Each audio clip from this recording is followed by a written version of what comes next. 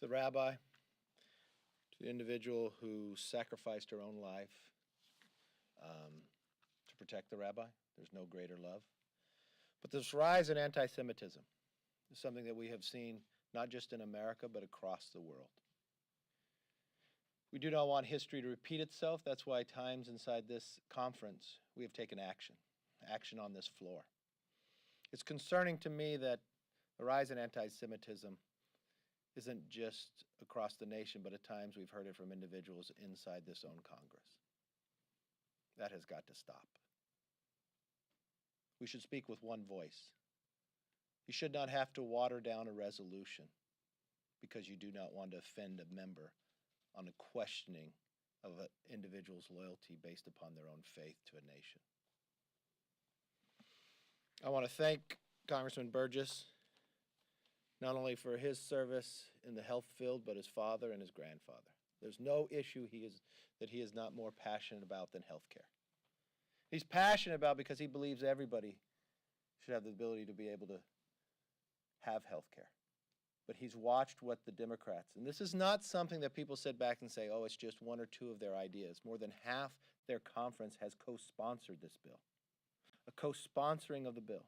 A hearing is taking place in the Rules Committee. It will guarantee more than 150 million Americans will lose their health care. And this is something that they continue to move forward. Not just throw out an idea to talk about, they are now having a hearing. More than half of their conference co-sponsoring the bill. To guarantee if you have private health insurance today, you can no longer have it. TRICARE can no longer survive. This is their answer. It is more control. It is more socialism instead of the freedom that Dr. Burgess has watched the practice of healthcare and the innovation continue to grow.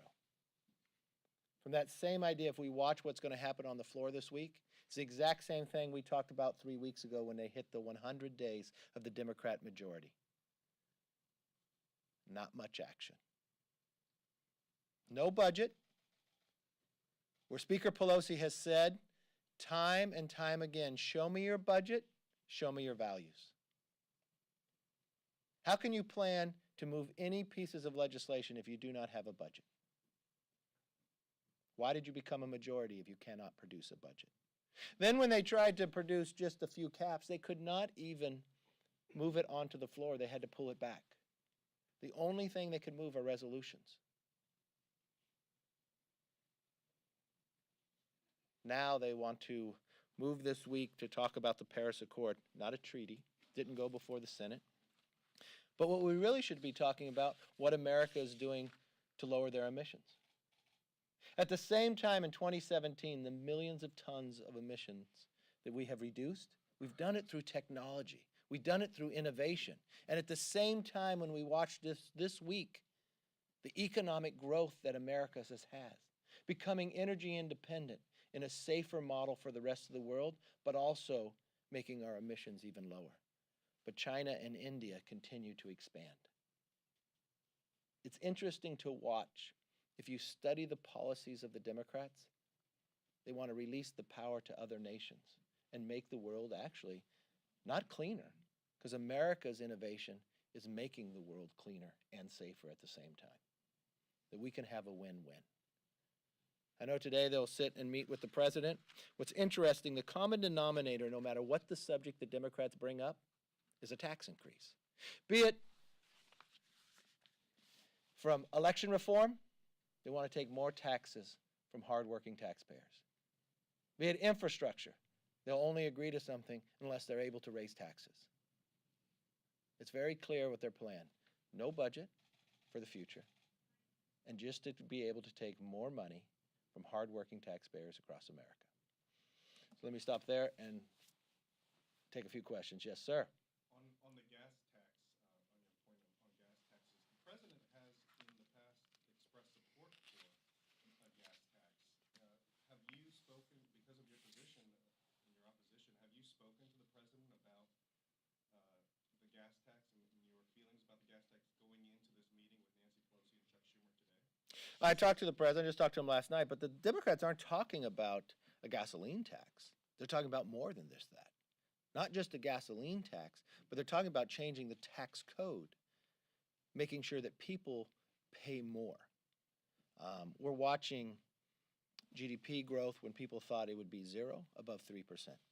We're watching unemployment claims at a lower rate that it's been in 50 years. We're watching more people work and more jobs being offered than actually people looking for them. But they want to change the tax system. And if you watch what they said today before they walk in, you have to raise taxes on the American public. Not a rationale why, but that's just what they believe. Be it election reform, if they raise $200, they think taxpayers should give them $1,200.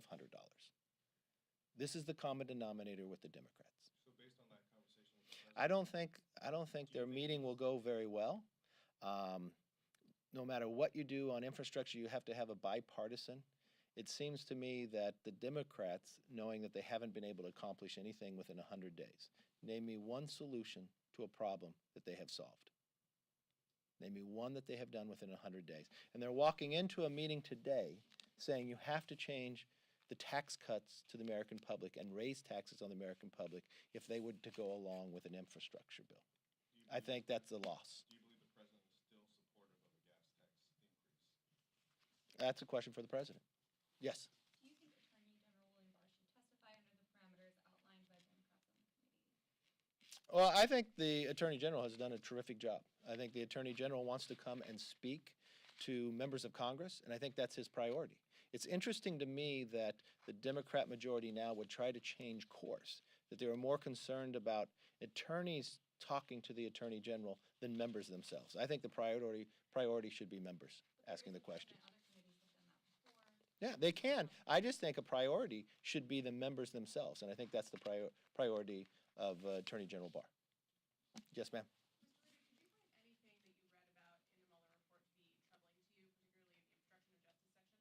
I think it comes to the same conclusion. There was no obstruction and there was no collusion. So I'm very confident and think a country should move forward. We've got a lot of challenges out there, and I think that's the things that we should be focused on. I know the Democrats continue to want to search for something that's not there. I think after all this time, after all the interviews, after the millions of dollars are spent, I think it's best for America to move forward. Thank you very much.